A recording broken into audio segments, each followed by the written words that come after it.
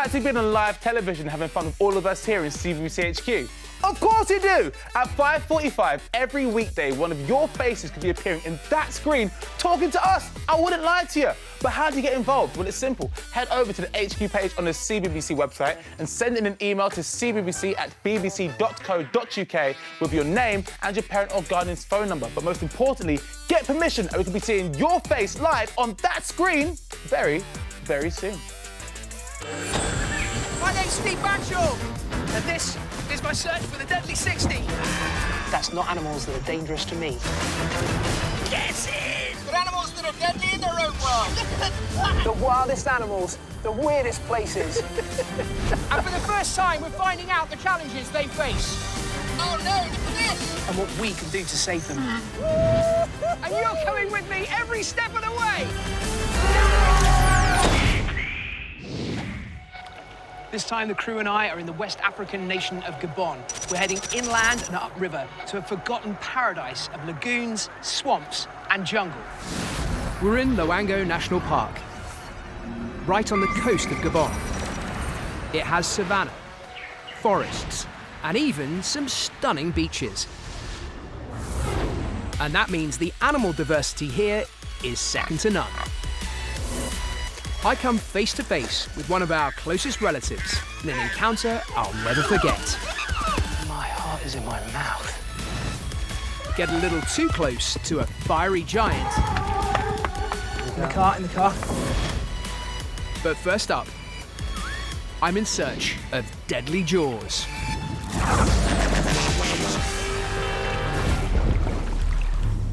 Loango National Park is divided up by a crisscross of waterways. And heading out on them is a fantastic way to look for wildlife. The reflections are so perfect, it almost looks like we're going over a big mirror. You kind of can't even really tell which way's up and which way's down. And it looks so inviting that you kind of just want to pull on your swimming trunks and jump over the side. But that would be a very, very bad idea because these dark waters are home to crocodiles. And not just one kind of crocodile, but three. Number 1, the Nile crocodile, the largest in Africa and a fearsome ambush predator. Number 2, the slender snouted crocodile, one of the rarest on Earth. And number 3, the dwarf crocodile, which might be small, but its bite packs a punch. And it's this deadly in miniature that I'm hoping to find. But to do that, we need to head out in the dead of night. As soon as the sun goes down, out here, everything changes. There's a whole different array of sounds that start up, an orchestra of frog calls and insects. And out there in the darkness, a bunch of predators are getting ready for feeding time. And to help us on our mission are 2 local guides, Yuri and Carl. They grew up in the area, so their knowledge is second to none. But there's a slight problem. It's always what you want to hear. Going out in the rainforest on a river full of crocodiles at night is the engine cutting out, dying. OK, well, someone's going to have to swim back. I vote for Nick. Not me, Anna. I say Graham. Luckily, no one has to dice with death, as the engine's fixed and we get back to our search. But after hours of looking, we're yet to find our crocodile. One of the trickiest things in looking for crocodiles is quite how long they can stay underwater. When a croc wants to, it can drop its heart rate to as low as 3 beats a minute and stay underwater for an hour. The record is over 2 hours. So one could just drop below the surface and then just not pop up again until 2 hours later. So we change our strategy and head into their swamp home on foot. Tracking animals is a tricky business, but Yuri is an expert. He can even call in some of the forest residents.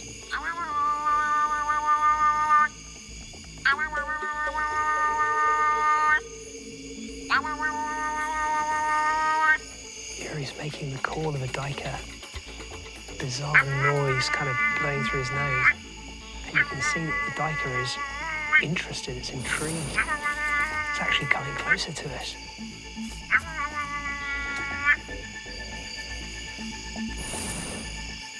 In this kind of situation, you expect a prey animal like an antelope to be nervous and shy.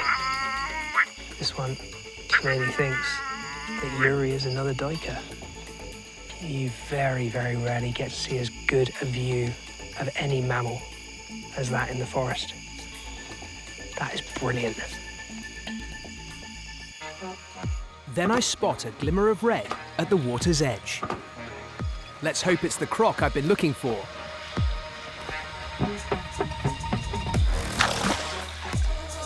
Got it! Wow! What an absolute beauty! So, this is one of the most exciting animals you'll find in this whole patch of forest. It's an African dwarf crocodile. The very largest are only about 1.5 meters. They don't call it the dwarf crocodile for nothing. But despite being only teeny-weeny, they have a really potent, powerful bite. This is the mighty mouth that hunts in close to shore. At the water's edge here, there's a whole array of possible prey that could come its way. And they're what's known as an opportunist. That means they'll take advantage of any opportunity that comes close to their mouths. Around here, that could be crayfish, things like water snails, and then fish, small mammals, birds. And the way they do this is through the crocodile's super senses. Lining the lips of the croc are tiny little nodules, super sensitive to vibration. And anything in the water that's moving around, struggling, stressed, sends out vibrations that the croc can perceive. I mean, really, pretty much anything that wanders close to that snout and the 60 to 80 teeth that are bristling inside of it has no chance. What an absolutely amazing animal, the African dwarf crocodile. It may be mini, but it packs a mighty punch, and it is unquestionably deadly. Super senses to detect prey, an opportunistic predator that could strike at any point. It might be small, but definitely deadly. So this one gets to head back to hunting. That was an incredible find. But we decide to head back to camp, as in the darkness here lurk animals a lot deadlier than our dwarf crocodile.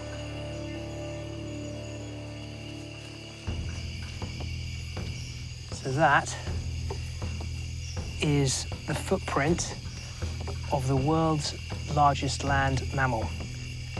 The ones that live here in these forests are secretive, but they're here, and to walk into one of them on a jungle night would be one of the most frightening animal encounters you could ever have. That wasn't my elephant impression, by the way. Thankfully, that is quite an old print. This footprint belongs to Gabon's infamous forest elephant. And our situation gets even more scary. That stepped things up a notch. So that one back there was quite old. This one here, I've just asked Yuri when it's from, and he says yesterday. Can we go back to the boat now, please? I think a daytime search for these mighty beasts will be a much better plan of action.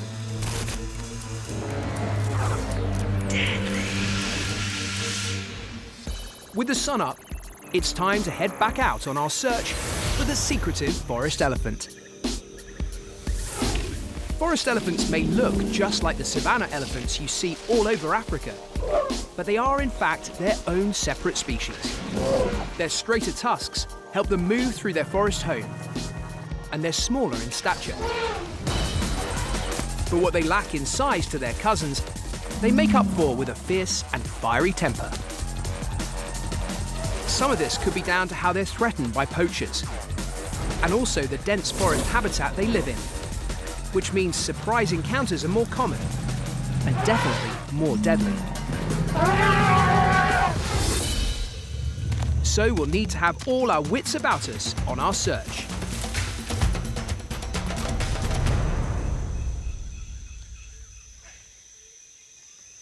Sometimes when you're tracking, the best thing to do is just to stop and listen. We really don't use our ears enough as human beings.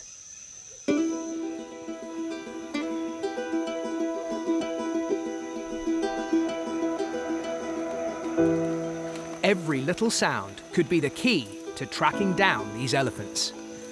And Yuri and Carl have tracking skills of the highest level. But how they learnt them isn't what you might expect. They used to be poachers. When the elephant kill, the task, and we sell it. But before we know, it's not legal to do that. Yeah. So before, Yuri, the skills that he uses now to track elephants, we use to track them, to kill them for their ivory. But now, they're the love of his life. It gives us more conscience for the future of the nature. And I think this job is great for me and maybe for you as well. Yeah. With only 100,000 forest elephants left in the wild, and half of them here in Gabon, stories like Carl and Yuri's are so important for the survival of this species. And not only that, but for the forest too. Elephants are habitat formers. They take out the smallest saplings and leave big open areas like this, which gives more space for the big trees to flourish. They have a massively important function in keeping this forest in check, keeping it in this beautiful, perfect condition. And all of these trails are made by elephants, not by people. And look at them, they go off in every single direction. Now we have to look for the freshest prints and follow them. That's what Yuri's doing right now. And it doesn't take long to spot a clue that tells us we're on the right track.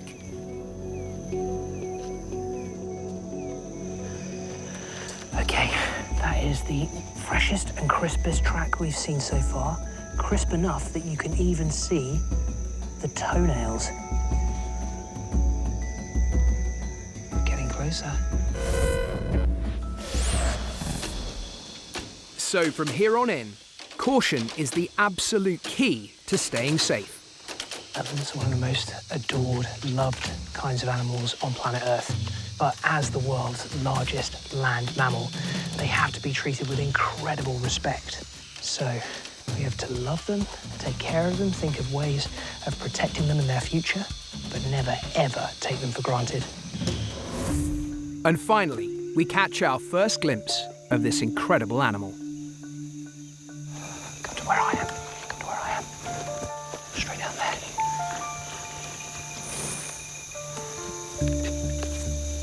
There's a mother and a calf. They're no more than 30 meters ahead of us.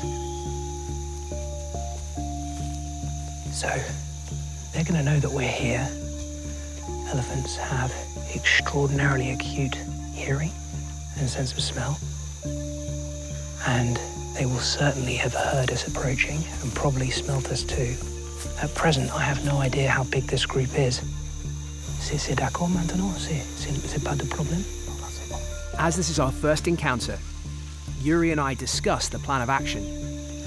So as long as we keep at this distance and we keep quiet, then it's fine. There's no problem. This one here may not be looking at us, but it's super, super aware. My heart is going absolutely bonkers. Even though they're the largest land mammal on Earth, in these forests, they can just disappear. But we'll be back to search for them again later.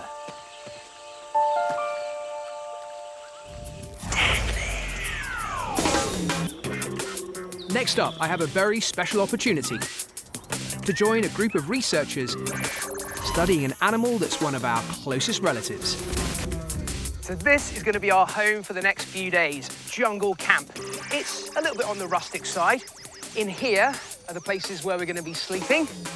Because we're in the middle of nowhere and there's no power coming from the outside. Solar power, using the sun for energy. All of the water that we use for drinking and washing is rainwater, so it runs off the roofs and in here, gets filtered, only a little bit. And this is where we have breakfast, lunch and dinner. Come this way, still more to show you.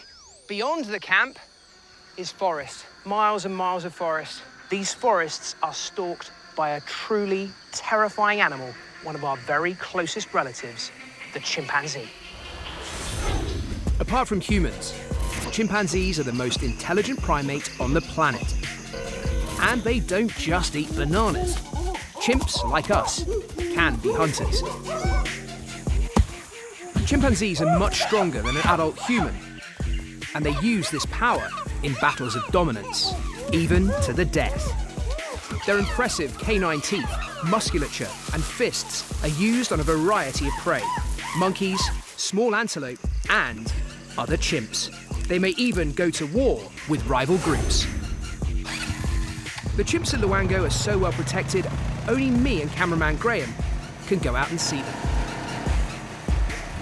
The researchers know where a group was sleeping last night, so this is where we begin our search. So we're on the trail of our group of chimpanzees, and at the moment we're being driven in by sound. Chimps are famously, fabulously noisy, and their calls can carry for many miles. Like that. So we're listening out and trying to head towards the sound. And when we find them, we'll need to wear face masks. As chimpanzees are so vulnerable to our diseases, we need to do everything we can to protect them. Finally, we catch up with them. Wow. And they're on the move. Chimpanzees are often described as being knuckle walkers. So walking on the backs of their hands and their rear feet is really energy efficient. It enables them to cover great distances on the ground with very, very little expenditure of energy. But when they want to, they can break into a full-on sprint. Chimps can move as fast as an Olympic sprinter. So keeping up is a tricky, exhausting experience. We've only been going 2 hours, and already I'm feeling it. Sweating like crazy. And they don't choose the easiest routes.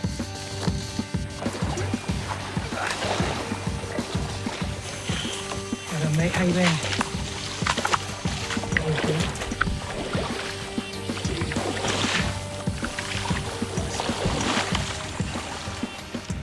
As soon as we get into terrain like this, chances are we're going to lose them. They're so slow through this mud. Let's crack on. But finally, we catch up with them, and they seem to be taking a well-deserved rest. There's so much happening. It's like watching some kind of delinquent gang going stomping through the forest. A whole bunch have headed off that way, and this guy's just decided to chill out, crash on his back, have a good scratch. Kind of looks a little bit like me on a Sunday morning. And while they're resting, it's the perfect chance to learn a bit more about the chimpanzees from the researchers. Is this what they're eating right now? Yep, the name of the fruit is dark lettuce. It's good. It's good? Yep. Try? Yep. Some lemon, sugar. Yeah, it's like the most full-on lemon I've ever had. They like this? Yeah, it's good. It's not good.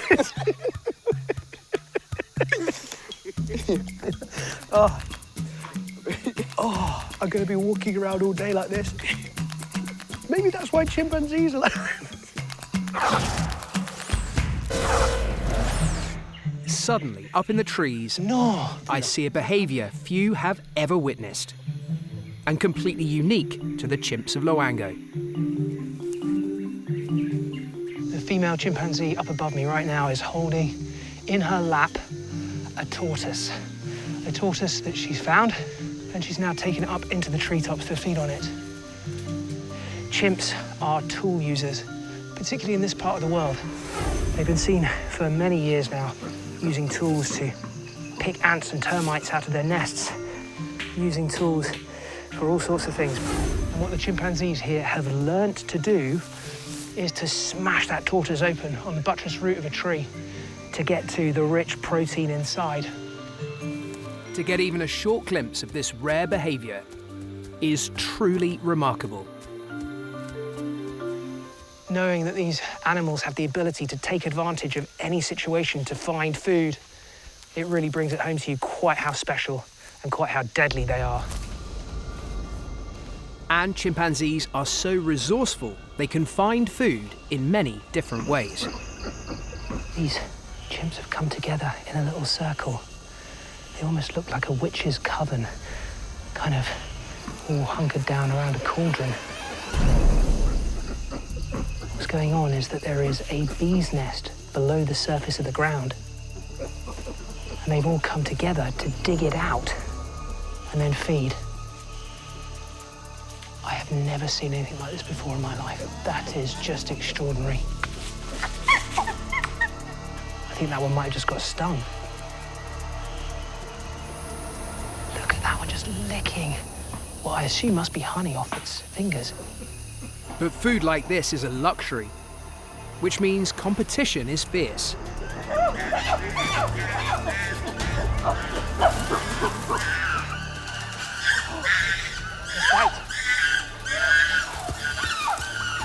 Big fight kicking off. So there's a dominant male coming in, driving away the other animals. It's so violent when it happens.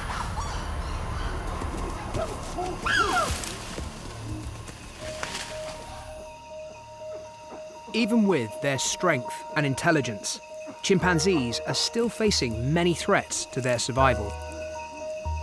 It's believed that we share between 95 and 98% of our DNA with these animals. With this being our closest cousin, it is even more of a tragedy that they are now at risk because of us. Chimpanzees are classified as being endangered. The main reason for that is that we are taking these forests that they rely on, cutting them down to make way for plantations and towns. But there are even more sinister reasons that chimps are facing threats because of us. And one of those is the trade in bushmeat. Although much of the trade is legal, hunters are also taking chimpanzees, which isn't. This meat is then taken to markets and sold as food. Not only is this a risk to the chimpanzees, it's also a risk to people, as many life-threatening diseases can pass between the species.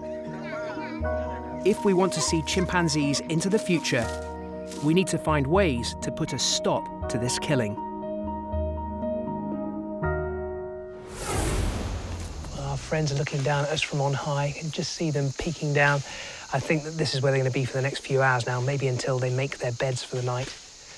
This has been a hard day, trudging through swamps, trying to keep up with them.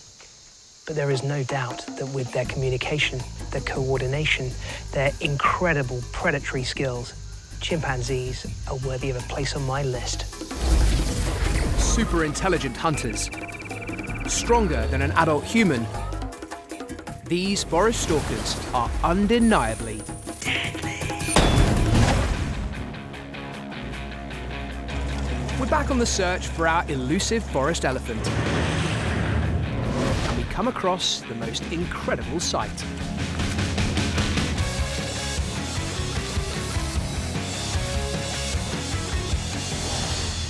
This is the most perfect sight you'll ever see of why this specific habitat is so important to forest elephants.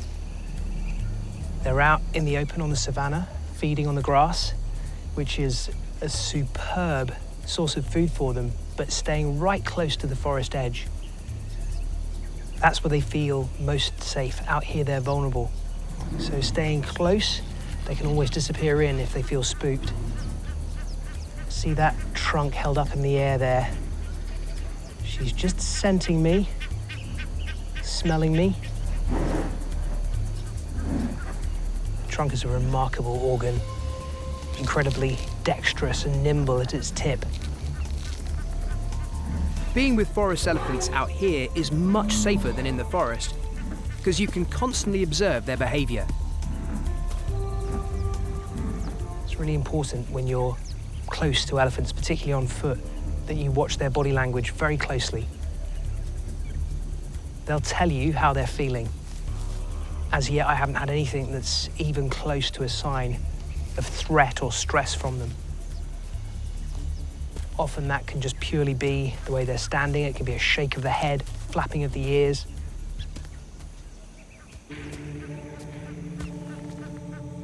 But then suddenly, that body language changes.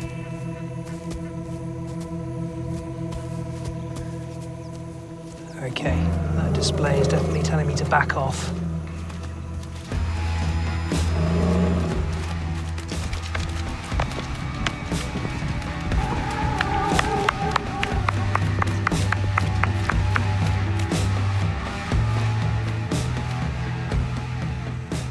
In the car.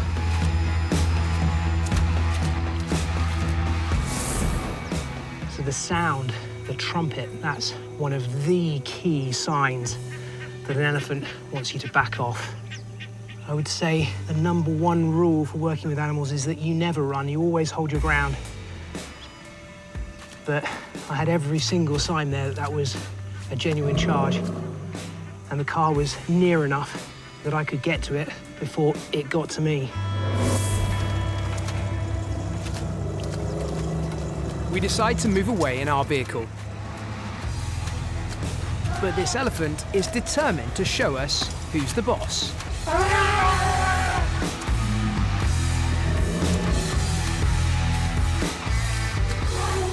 That muscular, dexterous trunk, their long, thin, rapier-like tusks, their big brains and their bigger personalities, there's no doubt that forest elephants are deadly. With a fiery attitude, weighing more than a truck, these jungle giants are, without doubt, deadly. Oh, unbelievable! Join me next time for Deadly 60. I've never seen anything like this in my life!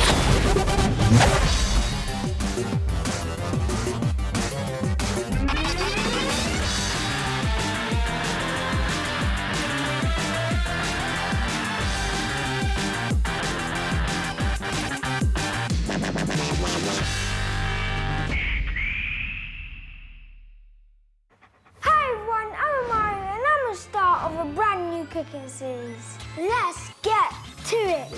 My food is kicking and you're gonna love it. That looks nice. And you will love my show. Oh, and did I say I'm the star of it? And so are my family. They're really cool. That's my bit. Brand new What's Cooking Omari. Sundays at 9:30 on CBBC and BBC iPlayer.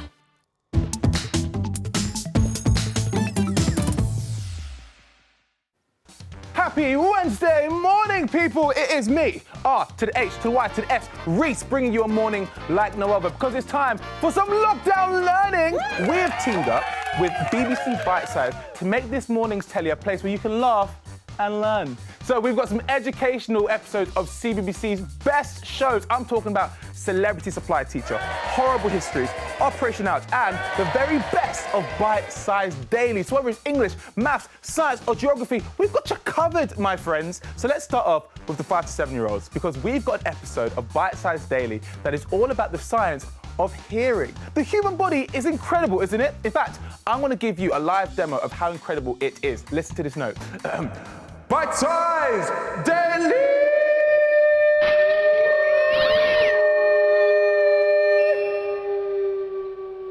No, hold the applause. Stop it. No, I don't need that. Stop it. Stop it. I know it's good. I know it's good. See, but that's how amazing the human body